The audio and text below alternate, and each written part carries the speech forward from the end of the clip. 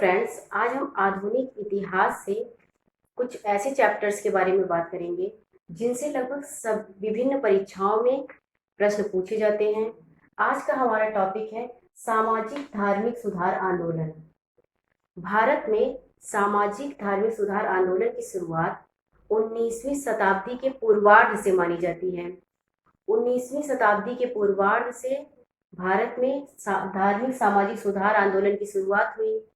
भारत में हिंदू धार्मिक सुधार आंदोलन की शुरुआत बंगाल प्रांत से मानी जाती है। हिंदू धार्मिक सुधार आंदोलन की शुरुआत राजा राम मोहन राय ने की, जिनका जन्म बंगाल में 1774 ईस्वी में हुआ। राजा राम मोहन राय की मृत्यु ब्रिस्टल इंग्लैंड में हुई।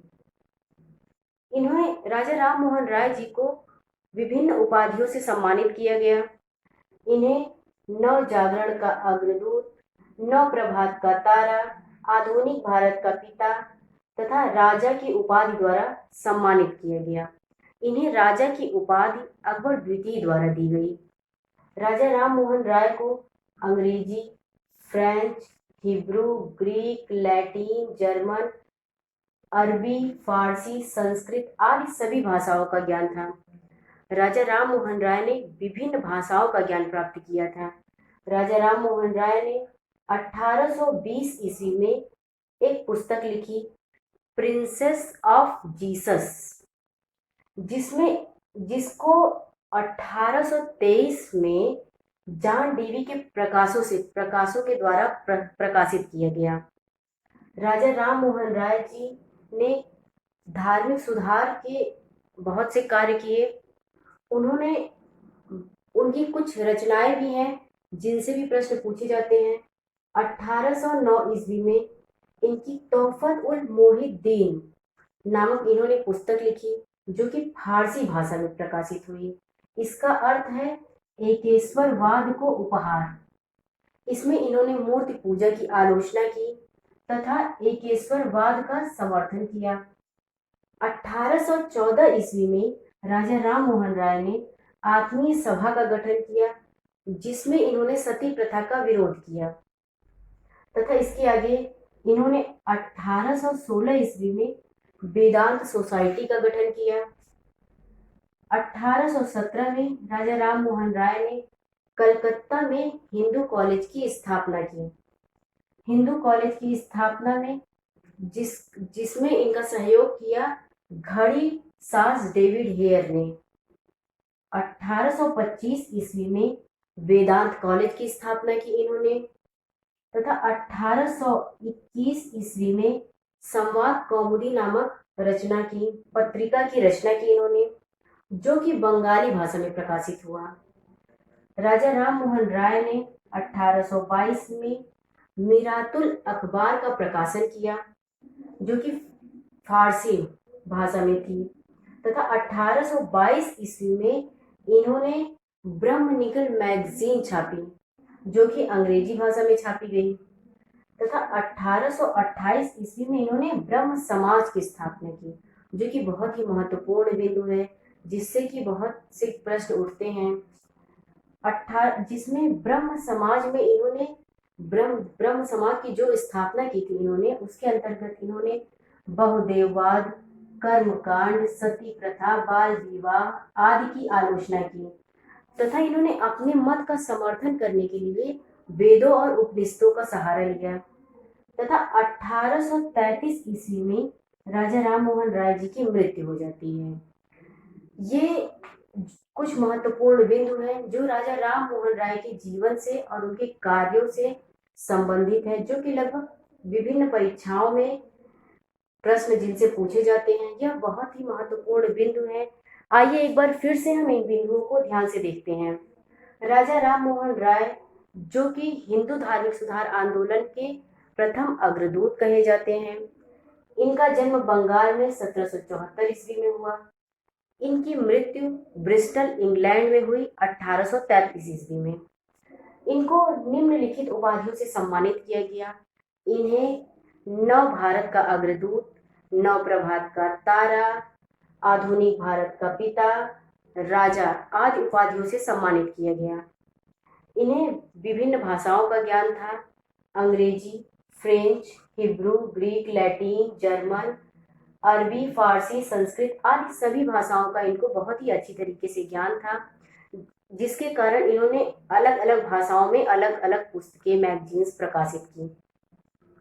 इन्होंने 1820 में प्रिंसेप्स ऑफ जीसस नामक पुस्तक लिखी, जो कि 1823 में जाके प्रकाशित होती है, वो भी जॉन डीवी के प्रयासों के द्वारा प्रकाशित होती है। आगे इन्होंने 1809 ईस्वी में तोहफत उल मोहिद्दीन नामक पुस्तक की रचना की, जो कि फारसी भाषा में लिखी गई और इसका अर्थ था एकेश्वरवाद को उपहार। इसमें इन्होंने मूर्ति पूजा की आलोचना की, एकेश्वरवाद का समर्थन किया तथा 1814 ईस्वी में इन्होंने आत्मीय सभा का गठन किया, जिसमें सती प्रथा का विरोध किया गया। 1816 ईस्वी में इन्होंने वेदांत सोसाइटी का गठन किया। 1817 ईस्वी में इन्होंने कलकत्ता हिंदू कॉलेज की स्थापना की, घड़ी सास डेविड हेयर के सहयोग से। 1825 में इन्होंने वेदांत कॉलेज की स्थापना की। 1821 में संवाद कौमुदी नामक पत्रिका की रचना की, जो कि बंगाली भाषा में प्रकाशित हुई। 1822 ईस्वी में मिरातुल अखबार का प्रकाशन किया, जो कि फारसी भाषा में प्रकाशित हुई तथा 1822 में इन्होंने ब्रह्मनिकल मैगजीन की रचना की, जो कि अंग्रेजी भाषा में प्रकाशित हुई। इनकी जो ये विभिन्न रचनाएं हैं, सारी रचनाएं इनकी अलग अलग भाषाओं में प्रकाशित किया लिखी गई, जिसके द्वारा हमें ये पता चलता है कि इनको सभी भाषाओं का ज्ञान था। 1828 ईस्वी में इन्होंने ब्रह्म समाज की स्थापना की।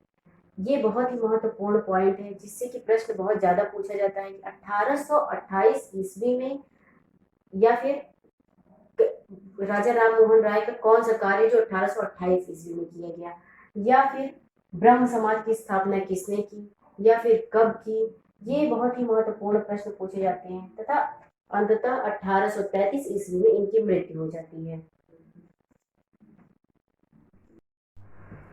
1829 ईस्वी में ब्रह्म समाज की स्थापना होती है। ब्रह्म समाज की स्थापना राजा राम मोहन राय ने की। 1833 ईस्वी में राजा राम मोहन राय जी की मृत्यु हो जाती है, जिसके पश्चात उन्होंने देवेंद्र नाथ टैगोर जी ने ब्रह्म समाज की कार्यभार संभाला।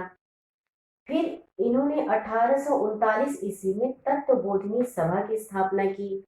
तत्वबोधिनी सभा की स्थापना देवेंद्रनाथ टैगोर ने की तथा इन्होंने केशव चंद्र सेन को इसका प्रमुख बनाया। केशव चंद्र सेन जी के नेतृत्व में इस समाज का नाम भारतीय ब्रह्म समाज पड़ गया।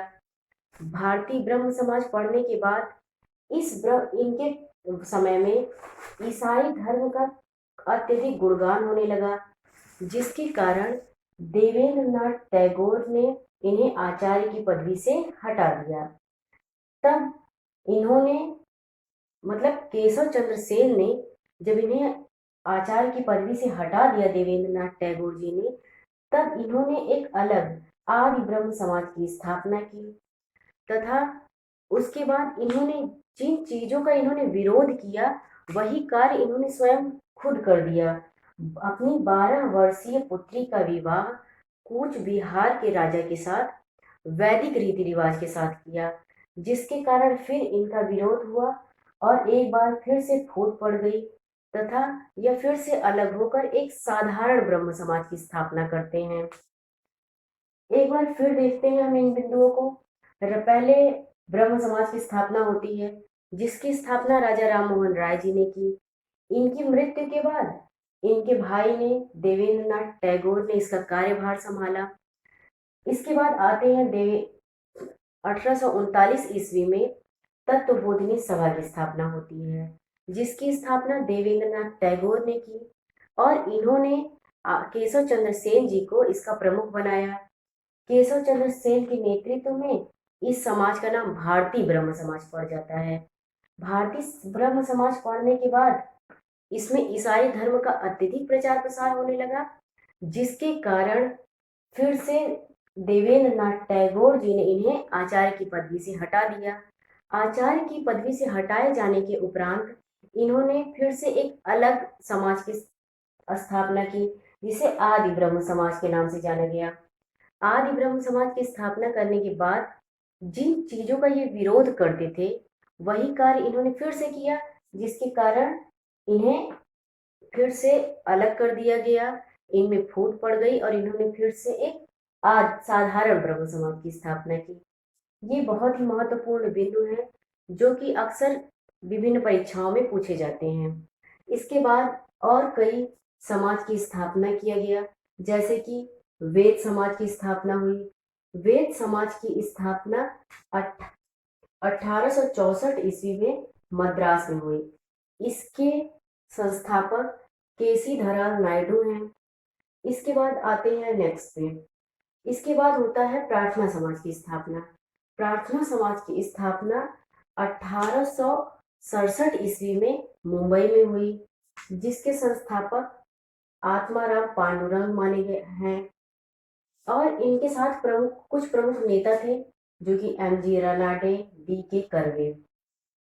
अब यहाँ से आते हैं एम.जी. रनाडे के विषय में। एम.जी. रनाडे के विषय में भी कुछ ऐसे बिंदु हैं जिनसे प्रश्न पूछे जाते हैं, जैसे महाराष्ट्र का सुकरात किसे कहा जाता है?